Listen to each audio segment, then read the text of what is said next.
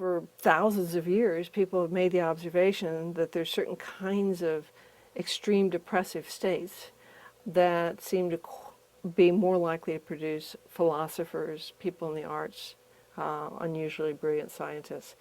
And modern studies, a lot of modern studies have borne that out, that there's a disproportionate rate of mood disorders, of depression and bipolar disorder in highly creative groups in the arts, sciences, and so forth. That doesn't get away from the fact that these people, a lot of these people who are highly creative, also had very miserable lives. And I try and point this out when people start romanticizing mental illness, is that, Byron and Van Gogh, wanted to be treated. Byron traveled with doctors. Van Gogh admitted himself finally to the hospital. They were in agony, in pain, and suffering. So it's not a romantic life. It may look romantic from the outside. I don't remember how it came up, but one time I mentioned to a coworker that I had been kind of bummed out, and her advice to me was that I shouldn't be sad, that I should be happy. She went on to say that I shouldn't think about bad things, but I should think about good things instead, and whenever she's sad, she just thinks about flowers, rainbows, and cute puppies, and that tomorrow is going to be a sunny day. She told me to try it, that I'd feel better. Happy, happy, happy, happy. Then for the next 2 months, she forwarded me emails with pictures of kittens in them.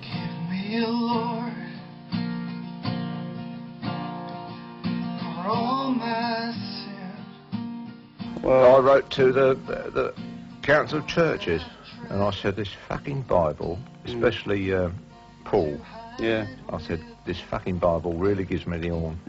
And I wrote, civilly to them at the World Council of Churches. I wrote, dear cunts in charge of religion, familiar, friendly. Dear cunts in charge of religion, your fucking guidebook, or whatever the fucking thing is, don't half give me the horn.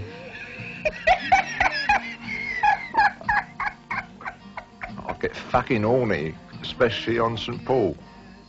And I got no reply whatsoever from that cunt. No wonder church attendance is dropping off. No wonder. Everything's dropping off. Like it says in the Bible, that Jesus on the whole was, fairly nice. Yeah. Do you think that's true? No, I think he was probably a cunt.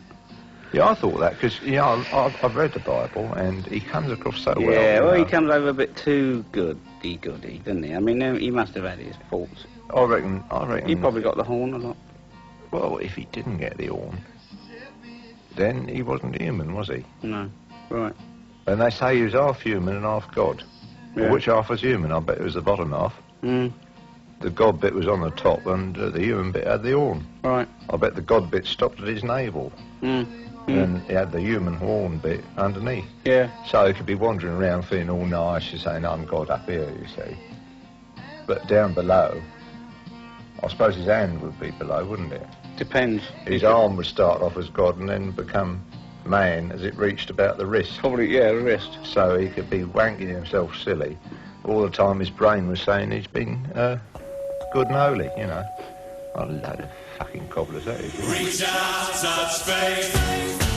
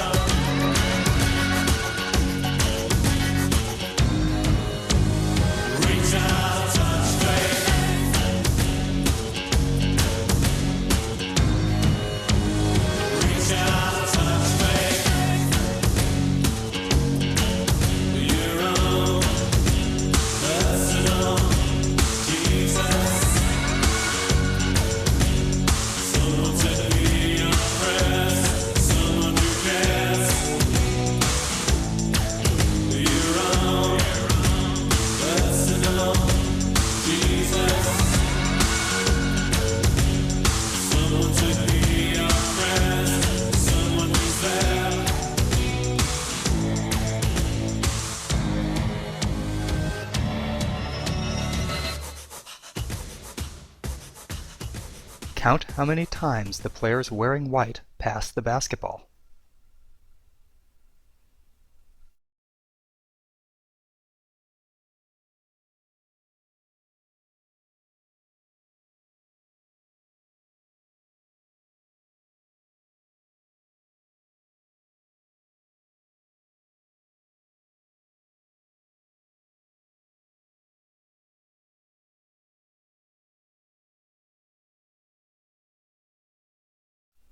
How many passes did you count? The correct answer is 15 passes. But did you see the gorilla